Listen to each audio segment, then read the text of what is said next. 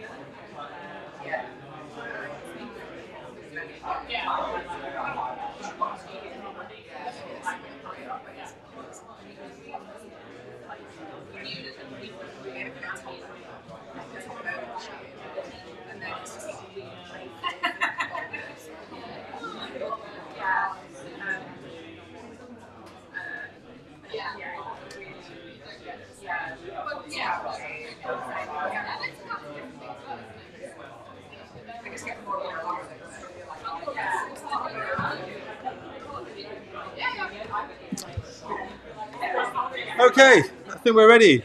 I've got absolutely no idea where I am or what I'm doing now, and apologise if I'm bright red. Welcome to edition 7 of Sheffield Content Club. Thank you all for coming.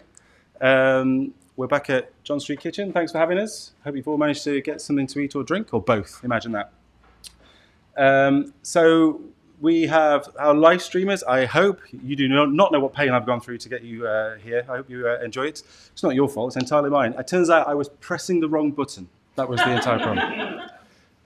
Very embarrassing. Even got an official audio engineer to come and help. So I'm so sorry, James.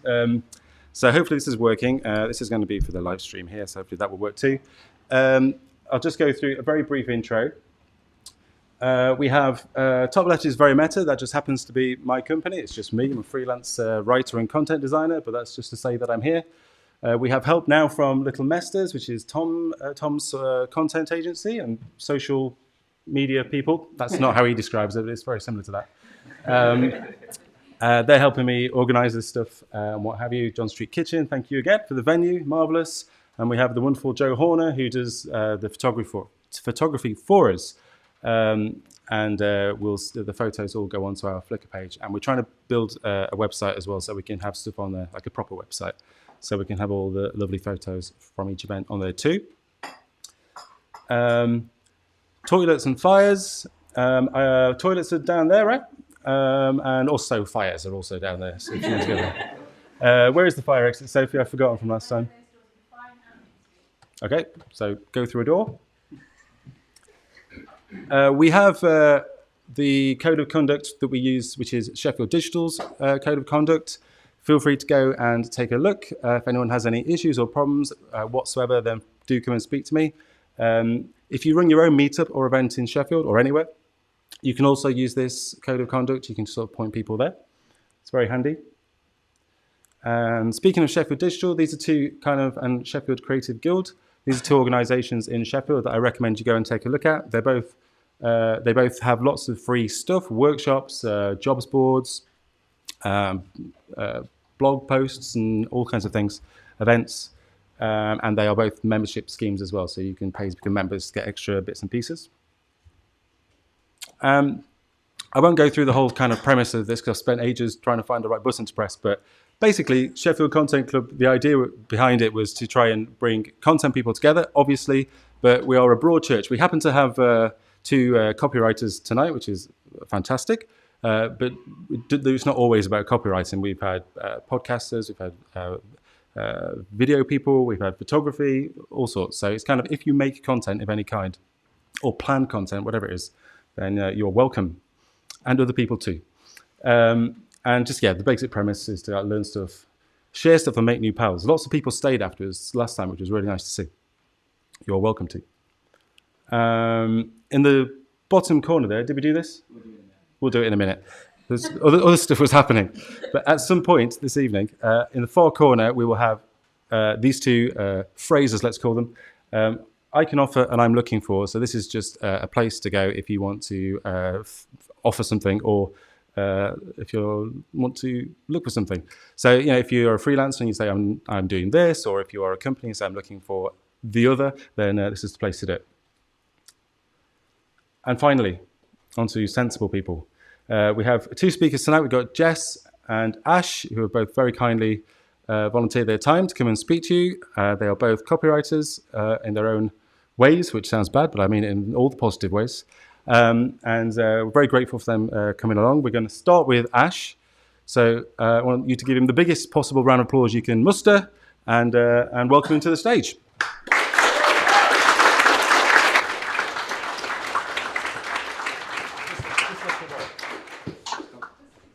I will move from that chair over here to this chair over here, where business begins. So, as you mentioned, my name's Ash. A few of you know me already. For those that don't, ignore everything you've heard. Thanks for staying when you heard I was talking. That's the first test you've passed. I've been writing copy now for the best part of 11 years. Some of those have been happy. Some of those have been hard. And I'm here today to talk to you about the thing that I think underpins all the best writing, which is tone of voice. As you'll tell throughout these slides, design is definitely my strong point. I've used white text on a black background and occasional GIFs. They may or may not work, but that's not what this talk's about. If you want to talk about design, you go to a design club meeting. If you want to talk about words, you listen to me go on for about 25 minutes and hope for the best. So tone of voice is the thing that I pride myself on when it comes to any project, and I think it's a thing that really, if you get that right, the rest will follow. I think tone of voice can really underpin writing, whether you're writing on advertising, TV, SEO, PR, anything. If it sounds right and it sounds like it's coming from the client, it will do better. I'm going to talk to you about why it matters so much, why we should do it, and why we should do it well. What it looks like when you do it well. I'll give you a few examples. How to figure out what you want your tone of voice to be, and ultimately how to write tone of voice guidelines that people will pay attention to. Because I'm sure any copywriter in the room will admit to the fact they've been sent tone of voice guidelines from a client, read maybe a page of them, and then gone on with their life and not read the rest. Which is fine when you're reading it from a client point of view, but when you are the writer who's written them, it hurts and it makes you sad. So we're going to try and avoid that. Before we get started, I'd like you all to do me one favour. I'd like you all to look under your chairs, please. Just a quick little look.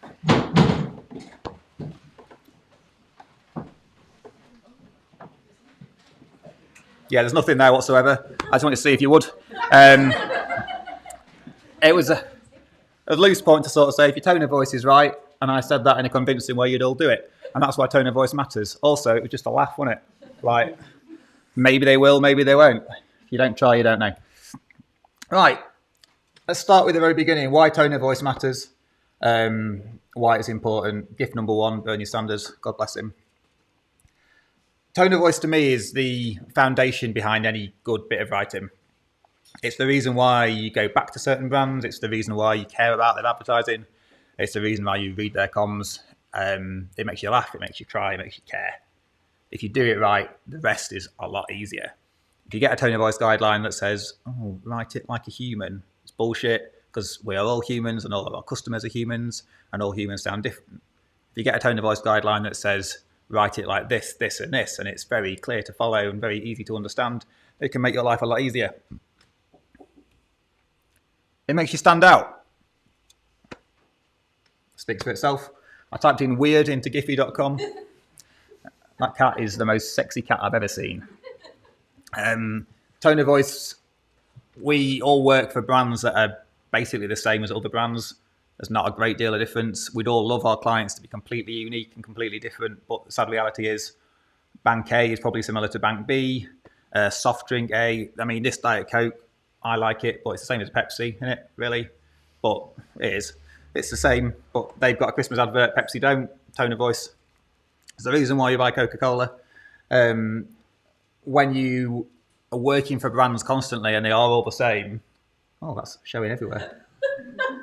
To license this computer, oh, it's been deleted. Can't use it. Can't use it. Tone of voice on that pop-up was harsh. So when we're writing for brands that are ultimately the same as each other, tone of voice can be the difference and the reason why you go to brand A rather than brand B. Oh, now I've clicked out the right clicky left clicky. There we go. These are two banks. I wrote both of these ads. Effectively, it's the same product. Both of these banks are selling mortgages, but one bank can have a bit of fun with it. The bank on the right, First Direct, could be a bit more irreverent. It could be a bit pithy. It could have a bit of a laugh. It could say things that the bank on the left, HSBC, couldn't. They're both selling mortgages, but I'm going to go to the bank on the right because that's the one that appeals to my personality. If you are a global businessman or businesswoman and you work in a giant corporate entity and you're thinking, I want to save money and I want to know what my APR is going to be, you're probably going to go to HSBC because it's a bolder, more confident statement. It's the exact same turd, just rolled in different glitter. That's all tone of voice is, glitter that you put on turds. Tone makes people care. Tone is the reason why you go back to a brand. It's the reason why you might buy from them more than once. It's the reason why people follow Innocent Smoothies in their millions. Ultimately, Innocent Smoothies is a fruit drink, the same as any other fruit drink. But they talk about dogs at polling stations and say things in a bit of a way, and people go back to Innocent Smoothies again and again, and every social media brief you got for the next 10 years said, can you sound a bit like Innocent Smoothies? And you said, no, we can't, because we are a faceless corporation with no fun about us whatsoever. This is a campaign I wrote for a female fitness brand. It's very scientific stuff that goes in this protein powder. It's far too complicated for 99% of its target audience to understand. I didn't understand it. But we wrote about this in a nicer way. We wrote about the benefit it gave to the customers. It said we don't do any of this complicated scientific stuff. We work with dietitians. They do the complicated stuff, so you don't have to. It made people care about the product, and it made women who wanted to get fit and healthy, it made them think, right, this is talking to me and not talking to someone who's done a PhD in chemistry. Tone makes people remember you. Tone could be the reason why you've seen a product on the shelf and you see it again and think, I know who that is. I'm going to go back to them because I recognise that sound. This is what someone said about me. They reached out to me because they'd seen my website and they said the client would like something short, pithy, playful and with humour. And I thought, well, I can do that. That's me. They'd seen it, they'd remembered it, it stuck in their heads. They wanted a sarcastic prick who could write words. Ash Billinghay called. I was the man for the job. Turns out I was selling Samsung products to people who work in like Currys and PC World. Who knew that was a job that would come my way? It is a job that's come my way. People need to learn about Samsung TVs, even if they are spotty 16-year-olds doing a summer job. So I'm going to show you a few examples now of what this looks like when it's done well. I didn't write these, sadly. These are beyond my pay grade. But when Tone's done well, you'll recognise it. You'll know the brand. Actually, I did write this one. Sorry, I lied. This was me. This was me. This was another First Direct ad when they sponsored Leeds Pride a few years ago. Brands get accused quite a lot of sort of doing stuff for LGBT campaigns without actually putting any meaning behind it. It's just a case of getting their name associated with something good, when in reality they aren't that great for it. First Direct wanted to do something different, so they paid for the whole event to be put on. They put loads of money behind it, loads of drinks behind it, loads of fun behind it. And then the tone of voice lent itself really well to the banner at the front. It was all about, you know, life should be in full colour, whereas your bank in black and white. It was a perfect marriage of the two things. It was a banner that people carried throughout the whole parade, and people saw it and didn't think, oh God, another brand sponsoring gay pride without really caring about gay pride. It was a banner that said, okay, that brand's doing good things. And if you followed the hashtag, you'd find more of the reasons why they were doing it. Didn't write this one, sadly, but you all recognise it as The Economist. Their adverts jump out compared to other newspaper adverts. There's tons of copy ads like this which say the exact same thing. It's clever, it's witty, it kind of condescends people who don't understand it because it doesn't want to appeal to people who don't understand it. It's tone of voice that very much says we are an elitist newspaper. You should read us if you're smart, and you should ignore us if you don't get why this is funny. Sorry if you don't get why this is funny. You should not read The Economist. And this is a bit of a love-hate advert. Some people hate Oatly, some people love it. It's kind of anti-advertising almost, because there's been a few of these recently where they basically stick the brief as the ad, and they're like, oh, my art director asked me to design an ad for this product, and that's the text they've stuck on the screen. Oatly's kind of done a little bit of that, but it's very much Oatly. No other oat milk brand would say something like that. No other milk brand would say something like that. You see these ads and you think, Oatly has said it. Whether you choose to drink oat milk or not, or whether you're a soy milk fan, is entirely up to you. But the brand itself is very much strong, in your face. This is who we are. That's all well and good, but how the hell do you work out who you want to be? When clients come to me and say, we'd like tone of voice guidelines creating, a lot of them don't necessarily understand who they want to sound like or what a tone of voice guideline really does. They just think this is something we ought to have. And it can be really hard to work with them like that because they don't know what to ask for and you don't know what to ask them. So I'm going to give you a few steps now. I send out a questionnaire to all my clients when I start a tone of voice guideline that asks them certain questions that gets them thinking about tone in a different way. And I find it can be really helpful to get them playing with tone a little bit, to get them having a laugh with you, to get them joking, to get them questioning themselves and thinking differently, which then helps me turn it into a useful tone of voice guideline. I start by asking them to think of the brand as a person. So if they were a co-worker, what would they be like in the office? Would they make a cup of tea? Would they put milk in before the water? I got a few stern heads of shakes of head there. I actually do that myself. And I'm a married man. Someone chose to spend their life with me for doing that. Would they have their music playing too loud? Would they bring cakes in? What are they like as a person in the office?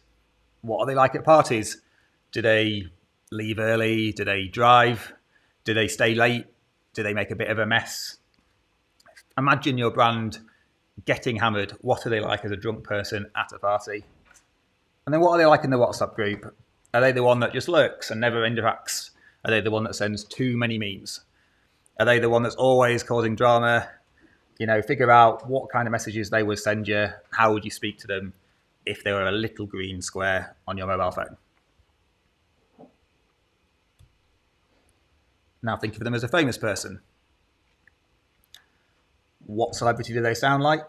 If you want, you can put two celebrities together and create a superhuman. When I worked for Rise at 7, at the very start of that, if you've heard Rise at 7's voice, it sounds like vomit. I created that vomit. That was me. And I merged together, I think it was Kerry Katona and I think it was Elon Musk actually at the start. Kerry Katona and Elon Musk walked into a bar, had a baby, and Rise at 7 was born. Obviously, neither of those stood the test of time. You don't want to sound like Elon Musk anymore, and I don't know if Kerry Katona is any good at PR. But way back when, that's how it started out. I've also did the same for PlusNet, where I had the Chuckle Brothers on screen at some point, and there was a question of whether you were Paul or Barry. One's dead, you decide. And then which celebrity do they definitely not sound like? So who, if they were the face of your brand, would you think, God, I don't want them to be the face of my brand? Celebrities are sometimes easier for clients to think of because they can pick their favourites. I think ultimately PlusNet's ended up being the guy that does the bloody PlusNet adverts, which is cheating and shouldn't be allowed. Oh, we really like the comedian that we've already have. Great, thanks. Now get them to score it. So give them a score out of 1 to 10 when 1 is serious business. So like we are a corporate faceless client who we don't care about how we feel. We have no heart. We have no soul. We are... And then 10 is stupid. 10 is as completely ridiculous as you like. 10's like innocent smoothies if they'd had lots of innocent smoothies and were running around at a party. If 1 was timid and 10 was bam in your face, where would you sit?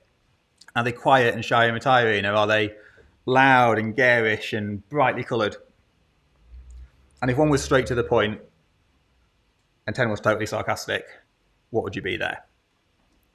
Obviously for me, I am a 1 and totally straight to the point, very serious business-like and very timid. But some people might be different. Think about your competition. Are there any other brands in your space that you love the sound of? Any brands in any other space that you love the sound of? Who do you think's doing it really well? And you'd be happy if you sounded like that? Any brands you hate?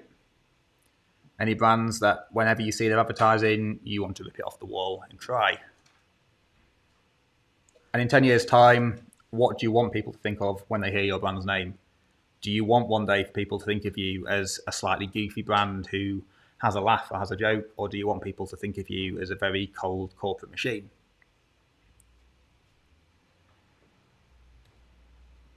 And then think about your audience. Who are you trying to talk to and how would they talk back to you?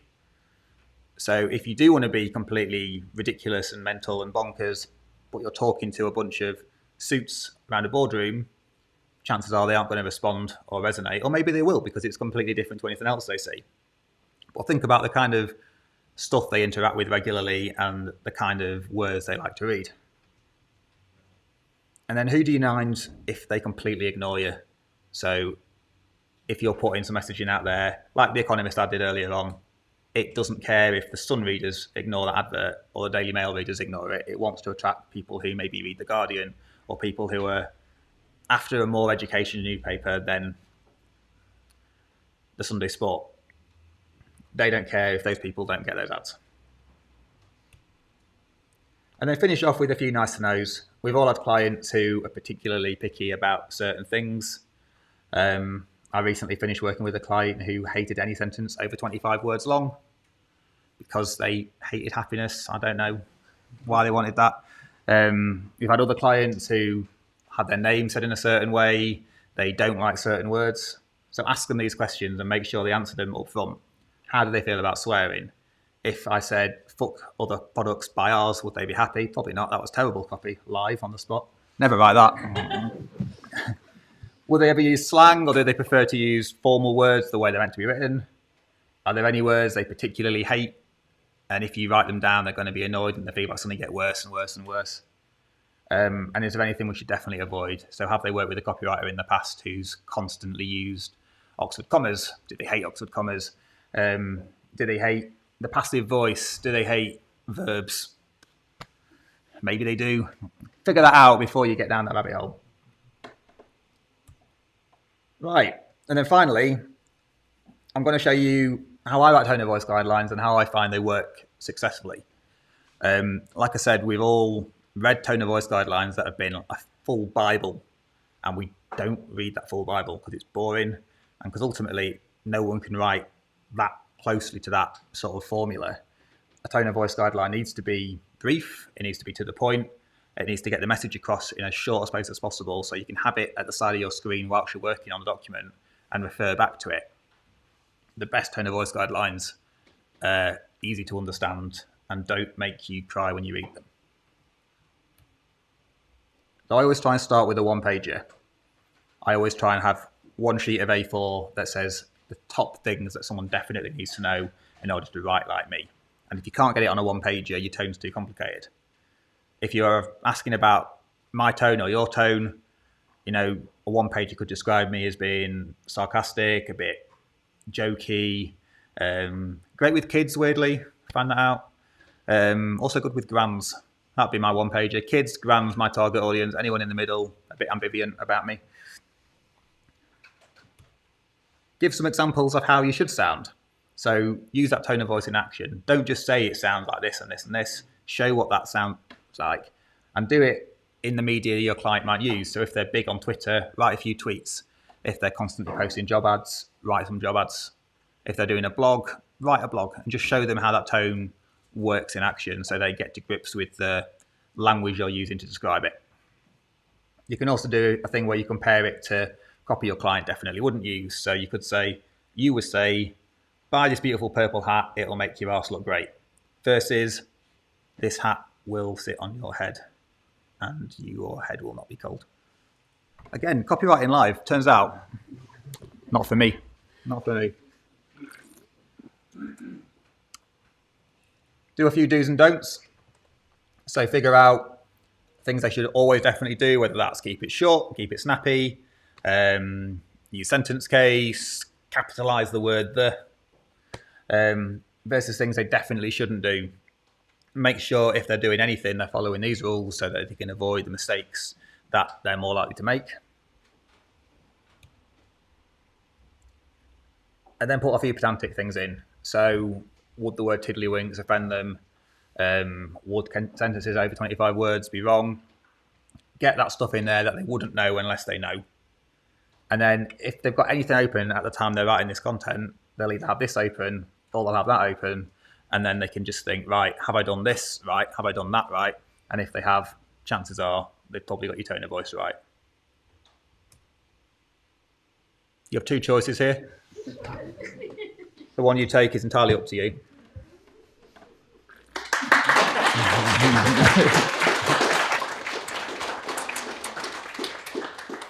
But you can also ask me any questions. I'm happy to answer them, as long as I get a second round of applause after answering them. Thanks, Ash. Does anybody have any questions? Yeah, I've got a question. That's with First Direct, they've got an extremely plain brand. Does that influence the way that you write for them? Ash, before we go on, if you could repeat the questions back so the folks at home, of which there is one. we don't know who it is, but they are. I think it actually is my wife. I think it is. It makes me feel really good about that first 20 minutes. It's recorded, anyone can go back and watch it. If you could repeat the question back there, that'd be ace. Okay, so the question was, the First Direct have a very plain brand. Does that influence the way you write for them? And it almost certainly does, yeah. Because it's just white text on a black background or vice versa. It gives you a bit more freedom to be playful with the language you use. Because people aren't going to look at it and think, wow, that's a beautiful visual. They're going to read the text because there's nothing to distract you from that text. We did try occasionally putting images on the thing, but we only did it when it was a case of this image will shock people because they're not used to seeing an image. Text-only adverts meant that the text was the thing that got all the attention, so people read it much closer. There's always Helvetica Bold as well, in case you're interested. I don't know if this is good news or bad news, Ash, but the person who's watching has replied. Yeah. It's for you. It says, hi, honey, it's from Grace Billinghay. That is nice. Yeah. Thanks, Grace. Someone else is watching now. Two people. If you could repeat the questions back for your wife, that would be anyone else got any questions? Yeah? I wondered what experience you have with writing for individuals who work for a brand as well as the brand itself. I'm just thinking about one of our clients where we're obviously copywriting for the brand in all their marketing comms, but also supporting the founders on their personal branding posts. Okay. How much crossover there needs to be between individuals behind brands and the brands itself? Okay, so the question was, if you're writing for a brand who's also got like a founder running that brand and they post personal stuff, do you have to guide them with their personal branding as well as the brand with theirs? I did something not too long ago for a woman who did sort of sportswear and leggings and really brightly coloured prints that I would never get away with wearing in the gym. But her brand was very much her. So when she wrote, it was very similar to how the brand wrote, and we tried to move that away from that because the brand needed to sound separate from her tone of voice. So for her, it was just a case of, check your spelling, make sure you're not saying anything offensive that's going to offend your customers. Don't be too cocky, don't be too arrogant, and just remember that you're associated with that brand. So anything you say will reflect on that brand as well. But then because she was also writing the content for her brand's posts as well as her own posts, we had to be much more teachery, I suppose, in how we went about it and sort of spelt out each bit she was writing. So whereas you would use this word on your personal brand, on your brand's page, you wouldn't use this word, just to make sure they were separated.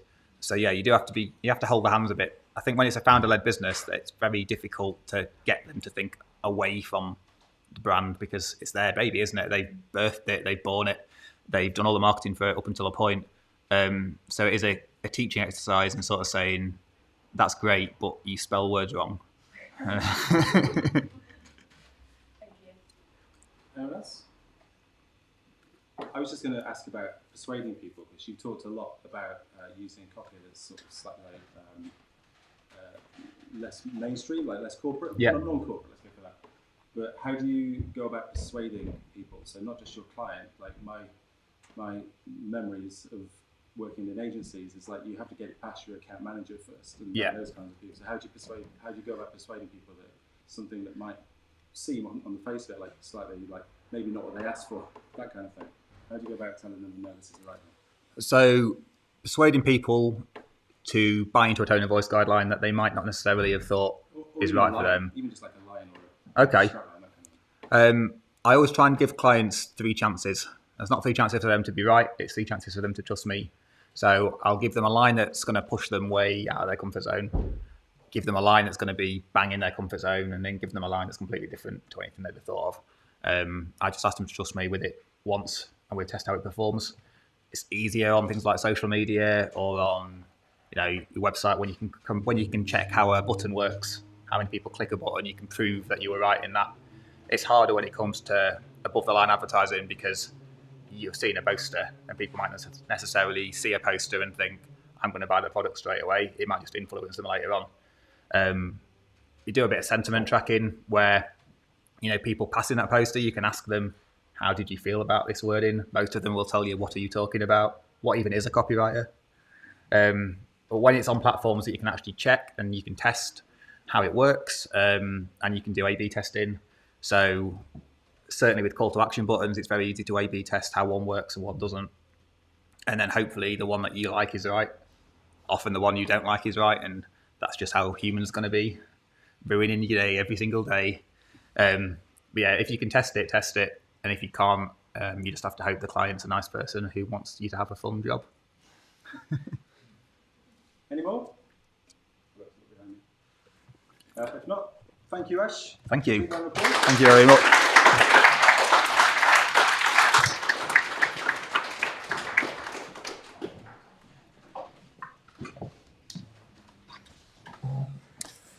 Hi, Grace.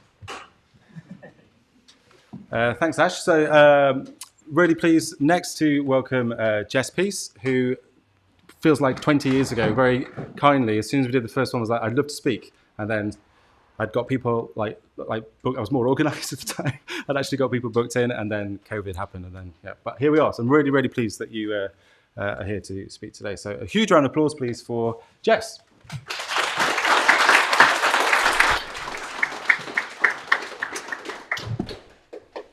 Thank you. Sorry. Can I just talk at normal volume? Yeah, it's fine. Yeah. Well, as long as everyone's here. Awesome. This is the main thing. Statistically, this is the main thing.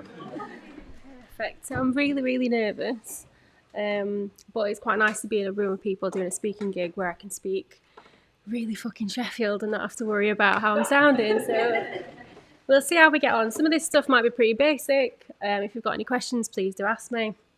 Ash did a really great talk on tone of voice, so I don't need to cover that because I know he's got it covered. So if you've got any other questions, come to me. If you've got tone of voice questions, go to Ash.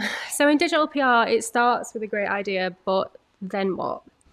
I am going to be looking at my slides because I can't remember what I've written that well, but we'll see. So how you bring your idea to life is just as important as the idea itself. So one thing that I've noticed in PR and creating digital PR campaigns is that sometimes a really great idea just might not pay off, and what you think is cool and what you think might work just might not resonate with your audience. So I'm going to talk through a few tips on how to make that work. So from concept to design, they are really, really important. So I work at Nearman, and a lot of our campaigns are really highly visual. We've got a really great data team, but the things that piece those together are copywriting, which, fortunate for me, means that I have a job. So Yay. We try to avoid this campaign sausage machine. So a lot of the campaigns that we see sort of plastered in the media are very similar in theme, sometimes topic, sometimes even like for like. The same thing you can see might have been a week difference. We try to avoid that, but we still do some of that because, you know, nobody's perfect. But we do go for things that we're confident will get links. And they kind of look a little bit like this.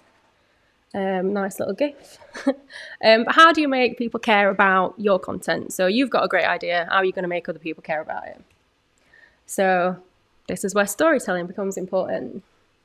So links might be well and good, especially if you're KPI'd on them. If you're not, you know, they might not be that great, but if you're KPI'd on them, you obviously want to get links. But the real thing that we're looking at is that people are going to resonate with your content. They're going to be interested. They're going to want to take an action that you want them to take. It's going to be useful, informative, engaging, hopefully fun, and just hits the nail on the head. So before you put pen to paper or fingers to keypads, I was really, really impressed with that, and now it sounds really corny. You want to figure out who you're targeting, you want to figure out why they need to care, and then how you're going to appeal to them. So we're going to be looking at the client, the audience, the journalist. I was going to go for a pun on the good, bad, ugly, but I think there's a bit of a mesh as to why. But this will sort of mention why tone of voice is important, but as I said, Ash did a really great talk on that, so you kind of get the picture. So with clients, obviously you want to be careful. You want to think about their tone of voice. So for example, an insurance client will sound really, really different to somebody that sells holidays, somebody who sells sex toys and so on. You can't just use a one type fits all. You want to take time to look through those really boring brand guidelines unless you've worked with somebody that's got a really good one. And you want to make sure that what you're saying resonates with them because the person at the end of that will likely resonate with their tone. So another thing is you always want to tie back the content to the brand or business. So for example, if we've got an insurance client, it's very unlikely that they are going to be talking about sex toys, but it's never and ever, right? So you want to make sure that somehow it ties in and it makes sense. So use call to actions, use things like internal linking to always bring it back to the client because otherwise it just feels a bit disjointed and a little bit wishy-washy. So audience tip, you want to write in words that resonate with your audience. So you want to be using language that appeals to them. So for example, with The Economist, you're not going to talk as if you're talking to somebody who reads the Daily Mail, for example. And obviously with that, you want to choose a different kind of vocabulary. There might just be different ways of speaking that appeal to different types of people. And then another tip is to use plain language. So I think it's around 20% of people don't process information the same way as any neurodivergent person would do. And a lot of writing is hard to read if it's not plain. So there is a really great campaign by Puddin who looked at this. If you get a chance to check it out, it actually shows you a web page copy and then that in plain English versus somebody that wants to use a lot of flair. And it shows you how to fix that problem and making sure that your content is appealing to more people and is more accessible. Journalist tip, because if you work in PR at the end of it, they're the people that you're going to care about. You want to do things like type your keywords into Pursumo and see what types of articles people are resonating with, what they're sharing, and find out why. So one thing that I like to use that for is to figure out what was so good about the article and how we can make it better. So like I said, with campaign ideas, unless you work somewhere really jazzy, chances are you're going to see the same types of things come up again and again. So how can you make your version of that different? How can you make it better? So some questions you might want to ask yourself could be, has this campaign done before? Nearly always fucking yes. Does it offer something new or add value to a current conversation or topic? Are journalists talking about it? Is it interesting? Will people care? So for me personally, if no one's going to care about it, don't bother. If you can find a reason that they will, make sure that you hone in on that. Is it relevant? Should your client, brand or business be talking about it? So as we said before, sometimes brands want to lean into things just because it's trending and it makes sense, but it might not be relevant to them. If you do that, you're probably going to lose out on your audience that already know what your tone of voice is. So that sweet spot is obviously finding something that your audience cares about, and obviously that journalists wouldn't be able to create on their own. So, types of campaign content. I'm sorry, I do talk really quickly. I timed myself before, it was 8 minutes long, but then I saw Ash do his and I thought, you know what, I can drag it out a little bit. We'll see. It might not be as interesting, but we'll try. So, every campaign at Neomam, this is not like a branded thing, it's just I do like the company I work for, We have assets, which include brief intro copy, and then we have supporting landing pages. So if you've seen PR campaigns at all, there's usually a nice little graphic with a little bit of content on it, and then there's some kind of blog post where journalists are supposed to link back. So intro assets, you don't need to read all that, I'll tell you, I do know this bit. Intro assets are basically a graphic or some kind of visual that includes a little bit of information, which is kind of like the tidbit, if you like. I'm never sure if that's tidbit or tidbit, but whatever you prefer. And it basically explains what we did, what we found out, and gives you a reason to actually go and look at the full page. So these should be really descriptive, they should be to the point, usually about 100 word count, something like that. And obviously they're usually visually really nice. So we use a lot of maps in our content so that we can appeal to people in different parts of the world. And also there's that little thing of, you know, what's it like in my city, what's it like where I'm from kind of thing. So these are a little bit of an example. It's probably one of the only visuals you've got, so make the most of it. 2 campaigns that we did recently, they both got over 100 links. Now, I'm not saying that because it's 100 links. I'm saying that because they were all really good quality links, and we only outreached them for 2 weeks each, which if anybody is in PR, that's great. If not, then it probably sounds like bullshit. But these 2, so we wanted to find the most used emoji in every country. Why? Because emojis are pretty much universal, right? You see a laughy face, you know it's laughing. You see the folded hands, you think, you know, thank you or praying or something like that. But actually, when we looked into it, they all meant different things to different people around the world. And I'm showing this example because the intro section, it would have been really easy to say, this is the most used emoji. Like, I've not got my glasses on, but you can kind of see it. A lot of people like the heart, a lot of people like the laughing face. We went one step further and found out the actual meaning of every emoji versus what people in different countries felt that was and why they used it and how often. So instead of just saying everybody loves a laughing face, we went into sort of why. We made it a bit more, you know, human, not to say that, but we did. We made it something that was a little bit more interesting. And then the one on the right, we looked at this one in concept, sounded really boring actually, but it's one of the things I'm most proud of. So we looked at which search terms have the most malware attached to them. So which people, which TV shows, celebrities, companies are you going to search for that are more likely to get you a virus on your laptop kind of thing. You know, in essence, that might not be super interesting to anybody, but we kind of looked into why. We pulled out some key stats in the intro there. And I think for both of them, it kind of makes you want to read on. So that's what we'll do. So with a standalone asset, it is a bid to get somebody's attention and make them actually want to go ahead and read the landing page. So hopefully one of those did that for everybody. If not, I've got a bunch of other examples. But hopefully you sort of had an inkling there that something might have been of interest. So a tip when writing intro assets is to use the copy to explain the data. So it's all well and good. Nice little interlude.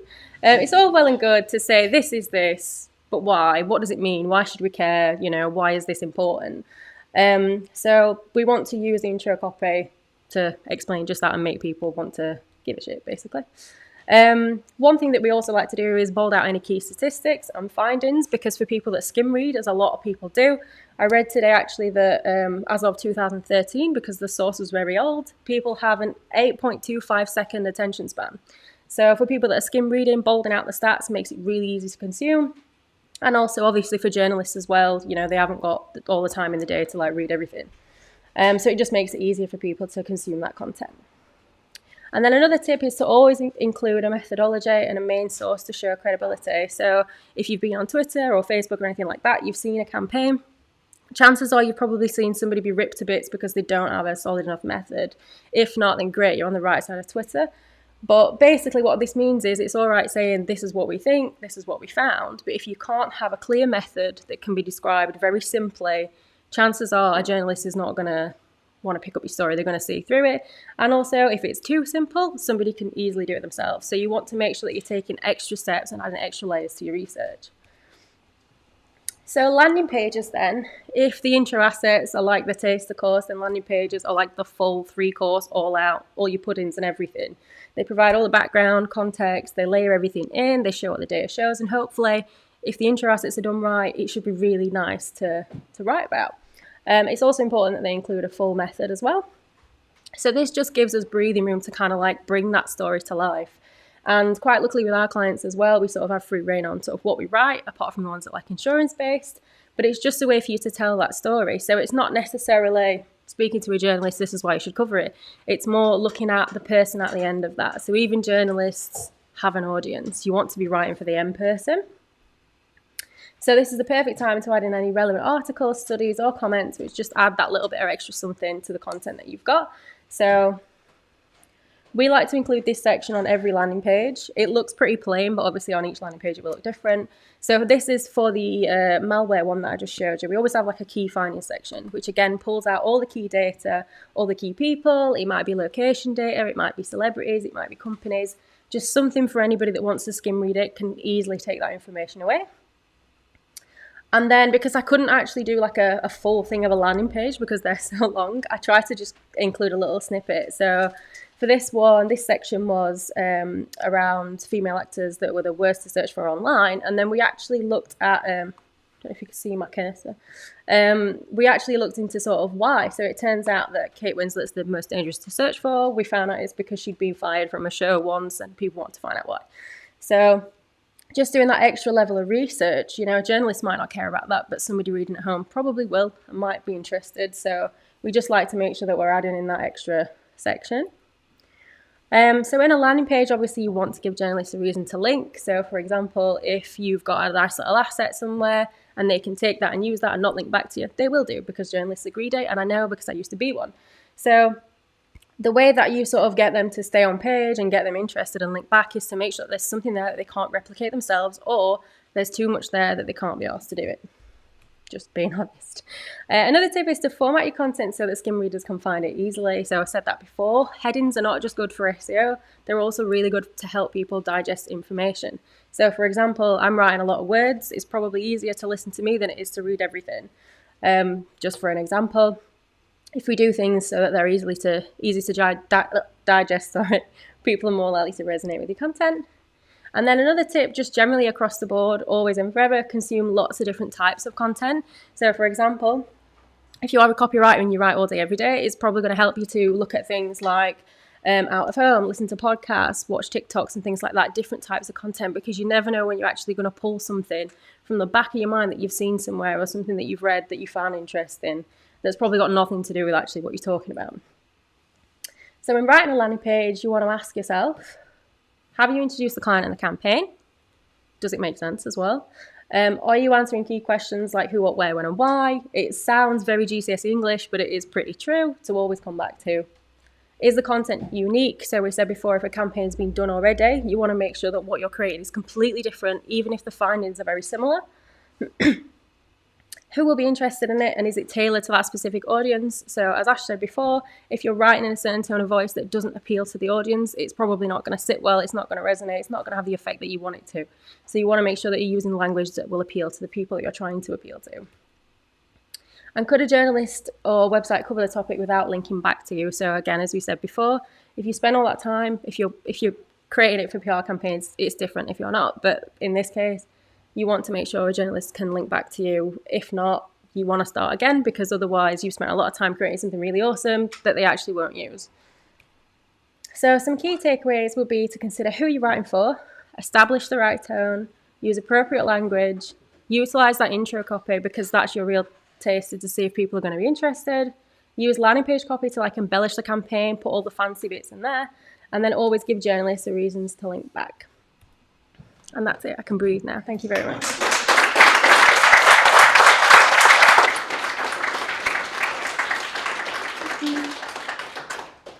Oh, Jess, so nice. Thank you. That was quick. Very quick. Anyone got questions? It's okay if not. What's your favourite campaign that have worked on PR-wise? My favourite campaign that I've ever worked on. I think probably the more visual campaigns, which probably sounds really bad as a person that works with words. But I think that's more out of envy that it's a skill that I don't have, and it's nice to see other people do that. I think my favourite campaign that I've worked on at Neoman was we had a really great concept for Frank Lloyd Wright. Was an architect who had all these designs that actually never made it to being built projects.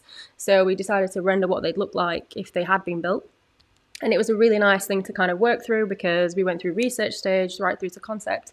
And we sort of looked into like the kind of materials that would have been used, how long it would have taken to build and things like that, which was really, really nice.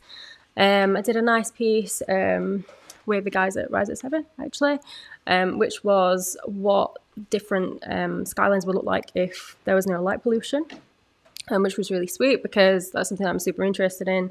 And again, a really visual one for some reason, but it was just really nice to kind of look into the data of it, because I feel like they're the campaigns that people resonate with and care about. But the two examples that I showed as well, I think anything where you can look at places from around the world and how different people, live, like their behaviours and stuff like that, is always really interesting to me. Thank you. What else? You mentioned a site that compares like accessible, easy to read, copy, and complicated. What was that called? Yeah, it's a campaign by Pudding Cool, so it's just pudding.cool. And then /plain, actually, it was really easy to remember. But it's quite cool because you can actually just compare the text and see how it works, which is cool. There's also something that I mentioned, or I can't remember if I mentioned it because I spoke really quickly, but there was a nice deck on writing to excite, so writing short form copy for things like advertising, content marketing campaigns by an agency called Wolf Ollins, which was really nice. That's lurking around on Twitter somewhere, or I can share it afterwards.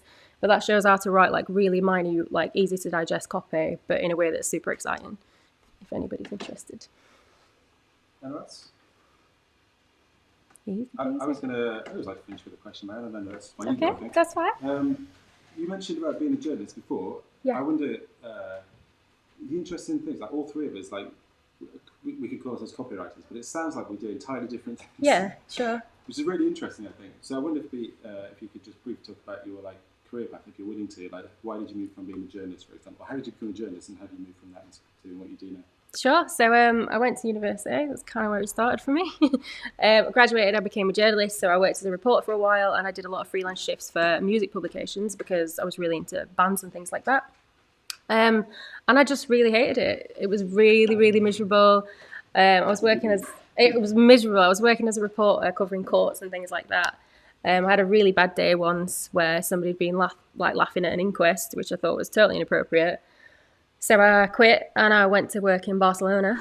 I couldn't speak Spanish. I got a job working as a content marketer in French, and then just fell into content marketing. So I kind of like went through the path of getting really good at SEO and working in content SEO, and then wanted to be a bit more creative. So just kind of like went from there, I guess. But there is like a bit of a debate on the difference between copywriter and content writer.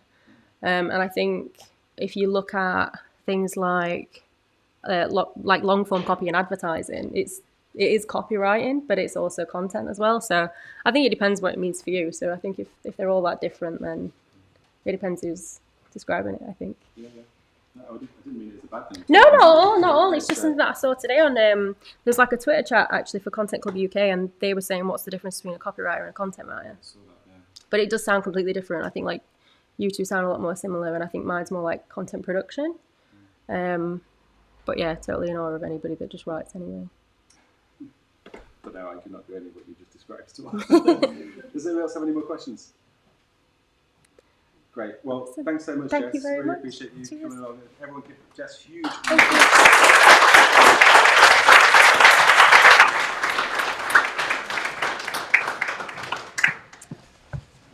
Change position. I'm not even sure I have any more slides. This could be embarrassing. No, I don't have any more slides. We are open until 8. Is that right? No?